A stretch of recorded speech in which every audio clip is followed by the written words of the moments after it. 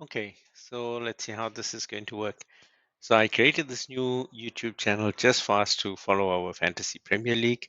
And what I'm going to do is every week between the game weeks, I'll do a review of what we've done in the last game week, look at the big transfers, people that played chips, how they scored, and what's happening in the league.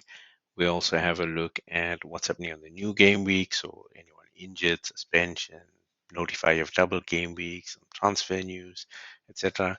And then also when there's a break or a big space, then we're going to do some analysis, looking at gaming strategy, and then look at how we can move this game forward. Um, just wanted to bring you up to speed in this intro video about the squad rules. So you know that you can only have a maximum of 3 players from any one Premier League team. But if you choose a player from a certain team and he transfers to another, then you can have him as a fourth player. It only counts when you're setting up the teams. And then, of course, you have substitutions. So if a player doesn't play in the team that you have on the pitch, that your substitute will replace him. But just to remember that the substitutes are used in the same order that you have them on the bench, and goalkeepers will only substitute for goalkeepers, and the outfield players are interchangeable unless they break the 3 defender rule. So let's talk about the 3 defender rule.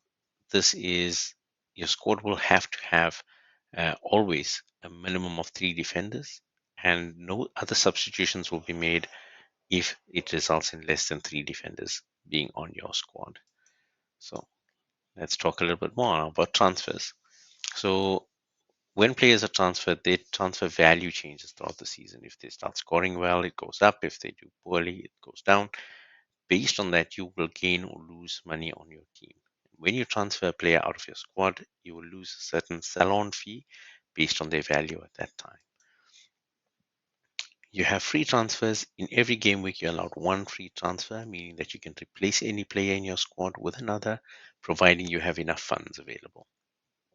You can carry over that free transfer for 1 game week maximum, which allows you to make 2 transfers in the next game week. If you make more transfers than what you're allowed, you get penalized 4 points for each additional transfer that you make in that game week, unless you use a special chip. So let's talk about wildcard chips. The transfer wildcard, which you have 2 in a season, allows you to make unlimited transfers in that game week without any penalty points being deducted. You still need to have enough funds to make the changes, but no penalty points. The 2 wildcards that you get, one is available from the beginning of the season right up until this time and date, and then the second chip is available for the second transfer window, starting from after the first one expires right up until the end of the season. You can only use each wildcard once, and you cannot stack them. There are some other chips that we can talk about. The triple captain can only be played once in a season, and that means the captain of your squad, instead of earning double game points, will earn triple game points for that particular week. Then you have the bench boost and can also only be played once. And your bench boost, usually your squad that's on the field only scores the points. Those that are on the bench do not score the points unless they are substituted. The bench boost allows you to score points from all players, even those on your bench. And the free hit, which is a little bit like the wild card, but it allows you to move any number of players in your squad. You don't lose any points on the transfers, but those changes are only applicable for that game week.